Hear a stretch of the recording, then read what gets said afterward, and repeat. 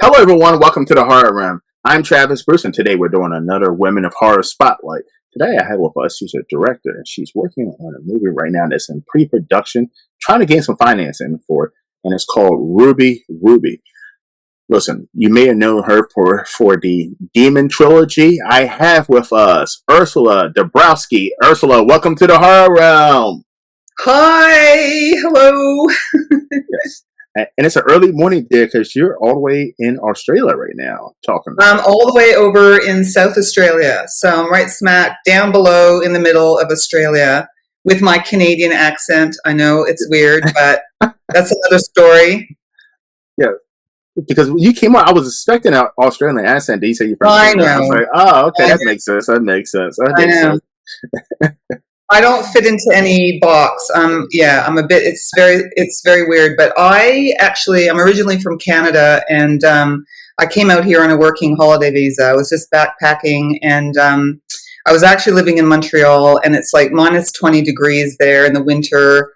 And I also lived in Vancouver, and it just rains all the time in the wintertime. And I was just over the weather, really, to be honest. And I came out here and just fell in love with the sun, which you get to see a lot of. And the weather here I just love it. I just fell in love with it. So I ended up staying, and I had just graduated from film school and really, really concerned as to whether or not I could have a career here. And so I've been here quite a while. And in terms of having a career, well, I've worked really hard at, making my movies, and I've made them. So really, it doesn't really matter where you are. You can still, get your films made if you really want to. And I've interviewed filmmakers all across the world. And yes, I mean, listen, if you want to, right now it's a great time to be a filmmaker, indie filmmaker, or if you want to, because I mean, you have the technology and it's easier. I'm not saying it's easy, but it's easier to get your work out there in front of audience now, which is Oh my great. God! Like I'm showing my age now, but when I was in film school, I was making movies on 16 millimeter. Like I was, the 90s, really inspired by New York filmmakers like Jim Jarmusch and Spike Lee and Kevin Smith, who were making their movies in black and white on 16 millimeter. That's how I started, and very much, into experimental filmmaking and using the camera as like almost like a paintbrush, like you had your own personal vision. And so the independent American filmmaking scene was so inspiring to me. And so I actually before I made the Demon trilogy, I actually made a comedy thriller in black and white on Really, 16 millimeter. So I started out making indie films like on 16 millimeter, and then I've just progressed through the changes of technology, the online editing, all of that.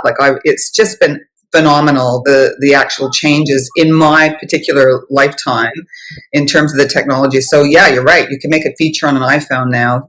yes, that's credible. So Yeah, it's crazy. it is. Now, all right. So before we get into your new project with Ruby, you had the Demon trilogy. Tell us a little bit about that series. Right. So what ended up happening in the early 2000s was that I actually tried to get financing for a romantic comedy, believe it or not. And the Australian film funding agencies were very anti-genre at the time. They didn't want to compete with American genre films. They wanted to make films that were more art house. And this idea that I had was very much a genre film, and I just couldn't get financing for it. And I got really super frustrated. And so I thought to myself, I'd already made a self-finance feature, which was called Getting the Dirt on Trish. And that's another story. So that went okay, but I never sold it. Okay, so that was disappointing. And so I was really like, what am I going to do now? And I ended up watching this Japanese horror film called Ju-on, like in the early 2000s. It was The Grudge, right? My partner Hmm. actually brought it home. And I wasn't in the mood for subtitles. I was like, oh my God, this thing's got subtitles. I don't feel like it. But oh my God, like it blew my mind. The idea of it, the idea of an actual location being tainted by a violent crime, and was actually anyone who entered the house was going to be, tainted with this evilness and this monster ghost that they actually created, that was very inspired by the Japanese kabuki theater. I fell in love with this idea of this kind of filmmaking, or this genre, the genre. Like, I wasn't a horror fan in terms of like having a billion DVDs in horror. Like, I had seen Carrie and some of the Shining, stuff like that were classics, but I wasn't like a massive horror fan, but I became one after that. And the idea of actually shooting something in one location on a really low budget, that was appealing to me. And that's why I started thinking about, how about I make another self-finance feature? Because the Australian funding bodies were not really supporting horror that much at the time. Now it's a different story. But back in the early 2000s, they were not supporting horror films. And so I knew that if I was going to make one and have an opportunity of selling it, because I knew there was an audience for horror, I had to make it myself. So I did. And I made Family Demons with absolutely no expectations. And when I finished it, it just did really well. Plus, I was a woman. Like, there weren't that many women making horror at the time. So I released that in 2009, and it just went really well. And I got to know the horror community around the world, like in the States and in Australia. And it just was such a great experience. And immediately after that, after Family Demons, after I made that one, so I'm just talking to you about my journey in terms of how I made these movies, but not so much what they were about. But the second one, I got into a program that the government had come up with, like a feature film making initiative for first-time feature filmmakers. But I'd already made a feature, but I still qualified because I'd self-financed it. And so that's where Inner Demon came out of. So that second film came out of a film funding initiative, a government initiative, and that I got 100% financing for, and I got to work with a professional crew and da-da-da-da. Unfortunately, that wasn't such a great experience, and so that's another story. There's pros and cons to getting support.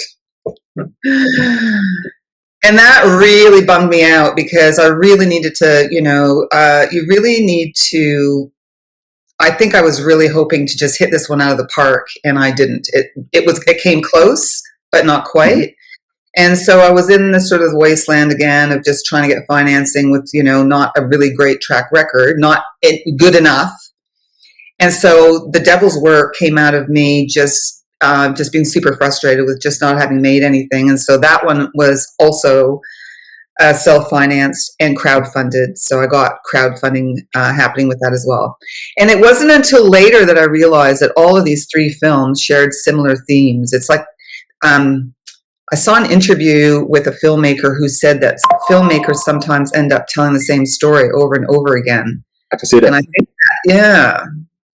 And I thought, geez, yeah, it's true. And so with the Demon trilogy, it's really interesting how that happened.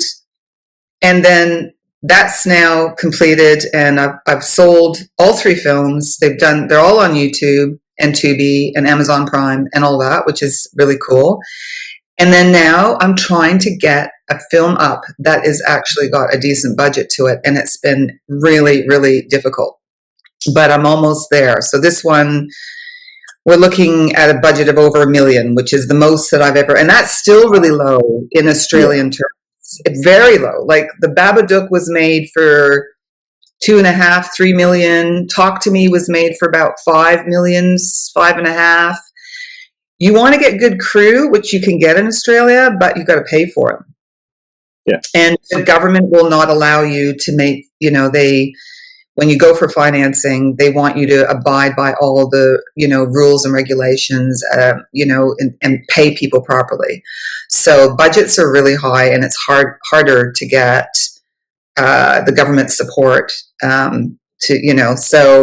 So that's why it's been taking me a while to get Ruby off the ground, but I'm very positive and I'm sticking with it, and hoping that, Now, why do you feel like there's a huge boom right now? I mean, here in the States, we've seen a lot of those Australian movies, horror movies being made. Why do you feel like there's a huge boom right now when it comes to Australian filmmakers So getting I'll into tell the you horror what. genre?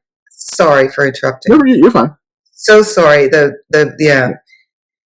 Well, I personally believe that, and it's incredible. Like I here in South Australia, a lot of films get made because Sydney and Melbourne. It's really expensive to shoot movies there. It's a bit like shooting something in Los Angeles or New York. People tend to go outside those cities to shoot, like just because it's cheaper. And different states in America will have rebates for people to go to those states and shoot their movies there. Same thing here. So a lot of producers come to South Australia to shoot their movies. So back in 2005, I was down at the Film Corporation, the South Australian Film Corporation, which was in Hendon, which has got an incredible history here in Australia in terms of how a lot of filmmakers started out, like Scott Hicks, who did Shine, and Rolf de Heer, who did Bad Boy Bubby. I don't know if you've ever seen that, but that's a cult classic now. A lot of filmmakers come here to make movies, and I was down at Hendon at the Film Corps, and I bumped into Greg McLean, and he was about to shoot Wolf Creek. Nice. And he was super excited, and and it was like, and I was like, oh, right, so he's making this horror, and I was immediately, interested because the Australian film funding agencies don't support horror, but here they had supported him with this, serial killer outback idea. And that film went on to Sundance, and I think its success completely changed the Australian horror landscape. Like, I think that everyone started, like the government started thinking, film funding agencies started thinking, oh, okay, we can make a genre film that's not like an American film, but it's got Australian culture just all over it. Like, the whole film is about, it was at the South Australian outback. It was like landscapes. It was like this serial killer who was so Aussie. You couldn't, like John Jarrett's Mick Taylor is become a franchise now, right? So that's when I think things started to change. Like that film really did change things here in Australia. That's what I personally think. And then the government started to finance more horror films, and so that's where you see things like, The Babadook came out around the same time I finished Inner Demon, except for that one was wildly successful. That was also shot in South Australia. And then now the Raka Raka Boys, the Michael and Danny Philippou with Talk to Me, and they've got Bring Her Back that's coming out shortly. Like, Michael was actually my PA driver on Inner Demon. Really? Yeah, that's how small the horror world is. Yeah, and so when I saw his film Talk to Me at the Adelaide Film Festival, and we're Facebook friends, and I just sent him a message saying, you just smashed that. That film. Oh my God. And it was the first screening ever. And I just thought, they smashed this one. This one's amazing. And amazing sure enough, movie. Such a good film. Yeah. And he sent me such a lovely message. Like, they are the most gorgeous guys. They are so sweet. And he sent me a lovely message about his experience on my movie Inner Demon. And so yeah, that's why I think that there's a lot of really cool horror films coming out here, because the government's supporting that genre, and there's a lot of talent, and the crews here are insane. And hey, the casts, like, they've just, they've gone over to Hollywood, and, the Nicole Kidmans and the Hugh Jackmans and the Russell Crowes, and those are all the old guard, but there's all these new, like Jacob Elordi, and there's so many new Australians that go over there and do so well. So yeah, like, yeah. So right now you're working on getting funding for Ruby. Now, when it comes to funding in Australia, what are some issues that you run into that might be different from in the States if you're a filmmaker? There's not as much money, Travis. There's not as much money. We've got a very small population. It's the same in Canada. It's really hard to get government support, because in America, you can go to production houses. I mean, I think things are tight everywhere, and I have to say there's a glut in the market right now. I mean, there's so much stuff to watch. A lot of stuff on right now. So you've got, like, if you go to LA, there's like production houses and studios and people who are like hungry for, people with ideas. So for me, coming to Australia was not, I have to say, the best career move. Particularly with my accent, I'm not like, I'm never gonna, I mean, I've got Australian citizenship and Canadian and British, actually. I'm a real Commonwealth girl. Wow. But, but, I think that in Australia, there's just not that the government, federal government, needs to give money to, we need to have taxpayers' dollars. It's taxpayers' dollars that we're dealing with here, and there's, they're going to put that money into other things, not the arts, Mm-hmm. as much as we would like. And so there's not as much. I've actually worked for film funding agencies as well, so I'm really aware of, there's never enough money. So in terms of like me trying to get financing for Ruby, despite my background, what's happening in Australia now is that if you make a really successful short film, or you come out of the prestigious film school like AFTRS and you make a short film that goes to Sundance or Cannes or any of the A-list festivals, you have a really good chance of getting support from the government to make your feature film. And that feature film needs to hit it out of the park. If it doesn't, you're going to struggle to get the financing for your next film, which is exactly what happened to me. So my movies have been, I think they're pretty cool, but they haven't been wildly successful. Like you need to be the Babadook level, the Wolf Creek level, Talk to Me level here in this country. I think this is all in my opinion, right? It could be wrong, but that's what I see. You need to have that level of success for the government to go, okay, no, you're worth supporting. But to take a risk and a chance on people, you really need to prove yourself. Like you really need to make a really good short film, or have a really good, like if you have a social media, like the Raka Raka Boys had, were winning YouTube awards for their YouTube channel. So if you've got like a really good following on YouTube, that helps as well, because it helps with marketing. All makes sense to me. So for me with Ruby, once I get it up, I need to hit that one out of the park. That has to happen. Otherwise, that's it. That's it. I'm pretty done. I'm gonna just learn guitar or do something else. Write books or something. Because So that's pretty much my belief. So the pressure's on for me. The pressure is on. I have to really get this one right. But hey, I've got a great cast. I've actually got two of my leads I've worked with before. So I've got Sarah Givons from Inner Demon, who was the lead in Inner Demon. And when I cast her, she's only like 15 years old, never acted before. And she just was amazing in Inner Demon. She's crazy good. And I can't wait to work with her again. And then I've got Lucas Sardellis, who was the lead in The Devil's Work. And she's back to also, she's cast in Ruby.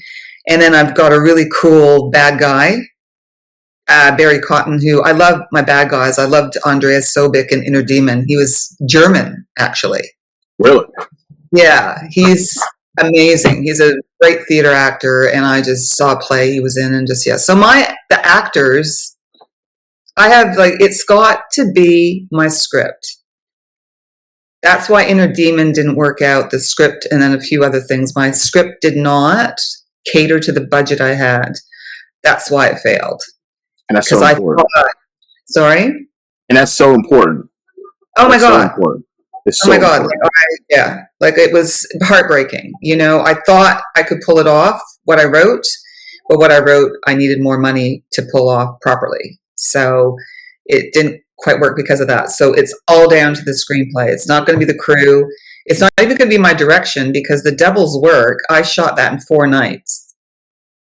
So when it comes to my direction, after doing a lot of low budget feature films, you kind of start to get good at it. Yeah. And that proved to me, shooting this in 4 nights, and it's pretty good for 4. I'm Like I was over the moon with it. Like it was, all long takes and stuff, amazing actors, really, really kind of interesting story. Um, so it's going to be the screenplay. I mean, but at the moment, I've had a lot of time to work on it, so I'm pretty confident about the screenplay. So check back when I make it. Oh, I'm gonna have you back on. Let's Yes. see if I get there this time. But Ursula, so I mean, even here in the States, and I know even in Australia and the rest of the world, there are so many horror creators right now, and it's almost like, I mean, and some great shit being made too. But it almost seems like the horror genre is kind of getting oversaturated. It's kind of harder to stand out. It's kind of harder to weed between the good and the bad. What are some things that you have tried in the past, or you're going to try in the future with Ruby to besides making an amazing movie, which I know you're going to make, but how are you going to get that movie to stand out from the rest? Well, I actually listened to you talk to was it Tonks, that one? I listened Yes. to her. Yeah, I listened to you talk to her, and you were both talking about something that it will never ever, it's the element you need in horror in any film, really, and you need to care about your main character or your characters. You need to care about them. So, I think I've done that with all my horror films, which is why they have the level of success that they do, because my main characters are, usually in a pretty horrific situation, and but you need to build that world around them so that, yeah, you're engaged and you want to follow through the journey. I just think if you actually are able to do that, that you will, and you maintain that, and you get your audience to just want to find out if they're going to survive or whatever. I just think that those are the kinds of films that no matter what, no matter how much, how much product is out there, they're the ones that are going to actually be successful. I mean, I turned so many horror films off from after the first 5 or 10 minutes because I'm just like, I don't care Yeah. about what's going on here. So that weeds things out pretty fast. But I just watched that TV series Adolescence. Like, oh my God, like a 13-year-old cops busting into his house and hauling him off to prison. He's like a total little sweetheart. What the hell is going on? Have you seen that yet? And I have not. Oh my God, you need to watch Adolescence. It's on Netflix. Okay. Sorry, I should be getting paid for this. I know, right? You're plugging plugging Netflix. But it's because it's part of the point I'm trying to make. Mm-hmm. It's smashing hits. Like it's the best selling viewed Netflix show right now because you are so sucked into this little boy's life, but little boy, he's 13, this adolescence, this teenage boy's life. So, and then there's lots of other reasons why it's actually doing so well. But I personally think to grab a hold of people, the audience, right from the start, you need to have characters or a hero that people are going to care about. So I need to that's what I focus on. And that's what I'm focusing on again with Ruby. And I totally agree. And I'm gonna tell you, I'm gonna add on to that too, because even I don't know if I said it during Tonks and I interview or not, but the villain, like I have to care about the fucking villain. Like and so many horror filmmakers miss out on that, where the villain, yeah, he might be gruesome, it might be great, but there's no backstory. Why is he doing this? I need to feel something. You look at the old school. You look at Norman Bates from Psycho. You look at Freddy Krueger. There's a backstory behind why they're doing what they're doing. So even if you don't agree with them, even what's a part of you is like, I understand why they're doing this. And I see a lot of newer horror movies, they miss that completely. I'm not going to mention any names, but they miss that completely. But there's an audience, horror audience, that doesn't care about backstory. They don't care about character development. And I hope that we're not going down that realm of, those 80s, the late 80s horror movies, there was no story. All the characters were like just expendable pieces, and you don't know nothing about the villain. I like a good character development. I like a villain that I can kind of relate to a little bit. Not totally, but just a little bit. Well, I just wonder if you're going to be able to relate to. I've actually got two villains. I tend to do this in my movies. I got two villains. So in Inner Demon, I had a serial killer as well as a what turned out to be an avenging supernatural entity. And I'm doing that again with Ruby Ruby because this idea that I'm doing is based on a legend, urban legend that originates from the area where I live, and I heard about it from some teenagers because they go up to this haunted cemetery near here. I live in the Barossa Valley, which is like a wine region of South Australia, and there's a town called Kapunda. If you Google Kapunda, South Australia, it's apparently a very haunted town. I know that a lot of horror filmmakers are like, oh, this is like the most haunted town. Kapunda has got a history of being a super haunted town. There's a lot of different buildings, are really old, blah, blah, blah. Anyway, the legend that I found out about that I just went, oh my God, this would make such a great film, is based on this reformatory, a Catholic reformatory that was built way outside the town because it was kind of like a prison for girls, and they built it far away so that the girls they'd find it more difficult to run away. And so my villains is a girl that lived there back in 1909. And she caught the eye of a Catholic priest. He did the naughty on her, got her pregnant, performed an abortion that killed her, buried her in the cemetery next to the reformatory. And her spirit's known for roaming the cemetery, searching for a baby. Now, this legend is in a lot of different cultures. The weeping woman loses her child, looking for a child, and all that kind of thing. So this one is basically originates from Kapunda and the cemetery there, the haunted cemetery, and that's where the teenagers go. And there's actually a ruby buried there, like a tombstone that's got Ruby Bland on there, but it's actually not. It's an urban legend, but this girl died in different circumstances, not the ones I'm telling you about. But I've taken that urban legend, and I'm not shooting in the cemetery. There's no way I'm shooting in a haunted cemetery. I'm not that stupid. And also it's disrespectful because there are people there. So we're going to recreate the cemetery and all of that. But that urban legend is what Ruby is about. And so my villain's backstory is very sad because I tend to do stuff about abuse and trauma, like people in power who are in positions of power who should know better, and they do things that are really abusive and traumatic to our hero. And but yeah, this particular villain is she obviously, these two girls go to visit the cemetery to put flowers on her grave because they hear about her story and they are intrigued. And then of course all hell breaks loose. And then there's also a stalker following them. So I know what you're saying about, absolutely, I agree, having your villain have a bit more, you need to understand why they're motivated to get you. Yeah. You don't have to agree with it, but you gotta be like, okay, this is why they're doing it. Yeah, like their mother was evil. Like, yeah, your Norman Bates is a perfect example.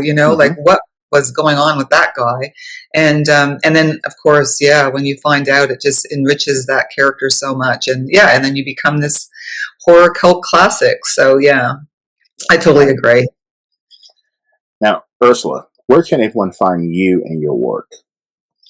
So I actually started Instagram because I wasn't.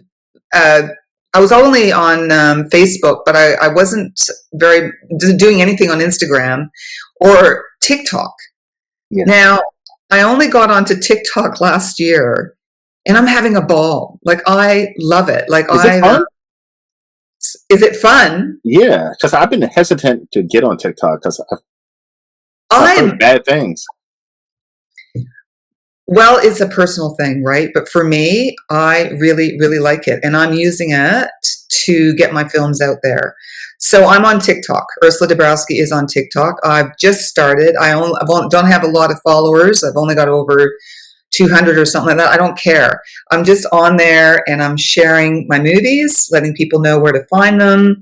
I'm sharing behind the scenes. I've just started this new thing called Script to Screen, where I actually have some about 30 seconds of my script, and then the corresponding scenes from the film. So I just use a split screen and do that. So that's pretty. And then I just get on there, and I did a TikTok a few days ago telling people I was going to be on here. So I'm going to be on Horror Realm, and I will add the links once the podcast is done. So I'm just like letting people know. Yeah. So, and then of course, whatever it is I do for TikTok, I'll put it on Instagram. But I think for me, it's just a personal thing. I just prefer that app in terms of its accessibility. Mm-hmm. And just in terms of how I was obviously following the American elections on there last year with Kamala, and they just had lots of people on there talking about American politics, and then of course when there was the ban for about 24 hours, there's all this stuff on like Chinese TikTok, the Red Talk, and it was like you're finding out all about China, and I find it really, really interesting. So yeah, I'm on TikTok. I'm on TikTok too. I'm thinking of Twitter. That's why Twitter is something I've never been interested in. Yeah, no, neither have I. It's I mean, I'm on Blue Sky, but that's just very new. That's very, very new. So, but I'm on TikTok mostly, and then I just whatever it is I put on TikTok, I'll put on Instagram. But you can find me there. Yeah, Ursula Dabrowski on TikTok or on Instagram. So yeah. Well, Ursula, once Ruby comes out, I would love to have you back on. I would love to come back too. All right, let's do it. Let's do it. Thanks it's a date. No problem. It's a date. Listen, all right. Everybody, thank you for coming to this edition of The Horror Realm. Please go ahead and follow Ursula and check out all of her projects. We'll see you next time. I'm Travis Bruce. Take care.